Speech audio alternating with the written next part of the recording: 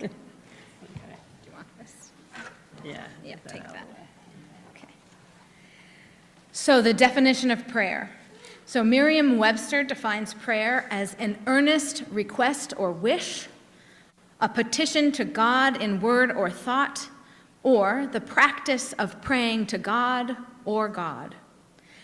According to a page on the UUA website written by Erica Hewitt, prayer is one word for the alignment of our full attention with our desire to connect with that which is larger than us.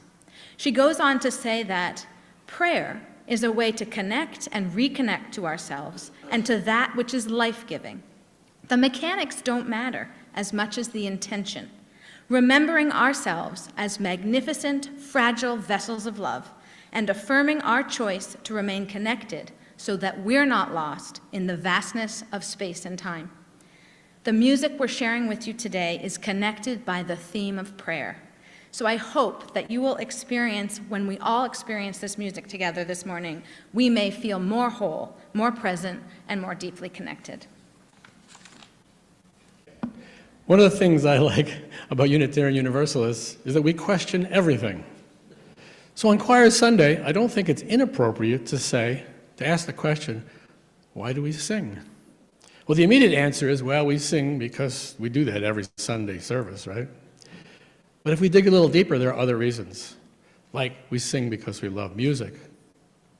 And deeper still lies the truth that music is a form of prayer. Now, I know the word prayer makes some of us nervous. I will confess that I have a prayer practice, and that practice is as important to my spiritual health as exercise is to my physical well-being. This was not always the case. When I was in college, I rejected the religion of my youth, along with everything associated with that religion, like God, worship, and prayer. I then spent the next 50 years wrestling with God, worship, and prayer, and that landed me here, where wrestling with these ideas is a principle, the fourth principle. The prayer practice that I rejected as a young adult is quite different than the one I own today. My early experiences with prayer were largely petitionary. You know, asking the old man in the sky for whatever I wanted. And when I didn't get what I wanted, I decided that prayer just didn't work. Today, my prayer practice is a little less transactional. My daily prayer, which is more of a feeling and an experience, but when put into words, goes like something like this, that I may open my heart to that which is sacred in the ordinary. When I'm walking my dog in the woods, for example, I can either stay in my head thinking,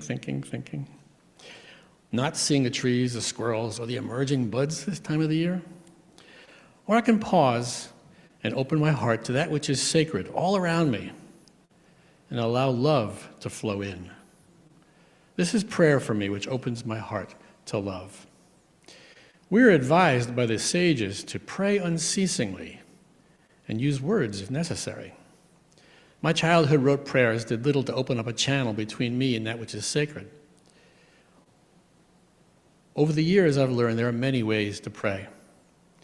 One of the members of our choir told me that she was moved by the Buddhist monks who walked for peace 2,300 miles from Texas to Washington, D.C. last winter. Each step a prayer. When that step is taken mindfully as an invitation to experience the love of a divine presence. Each step a wordless prayer. Many of us walked in the May Day parade in Holyoke on Friday, an abbreviated form of this tradition. And just yesterday, we walked in the Pride Parade in Northampton, although I will note that Reverend Rachel danced the entire parade route in an expression of pure love. This, too, is prayer. There's a Jewish tradition of saying 100 blessings a day, 100 times when we are reminded to recognize the things that bless our lives. From simply waking up in the morning, to the food on the table, to a bright blue sky, to the smiles on the faces of the greeters as they greet us on Sunday mornings. It can be a prayer when we volunteer to serve the Wednesday morning breakfast, when we sing protest songs on the common, when we rake out the garden beds around the meeting house. if we do these things mindfully. So many ways to pray, so many ways to open our hearts to love, to let it flow and experience the divine that is in us and all around us. A member of the choir, when asked in our pre-service discussion just a few weeks ago, "What do you find sacred in your life?" responded without hesitation, "Music." Indeed, music can open our hearts to love.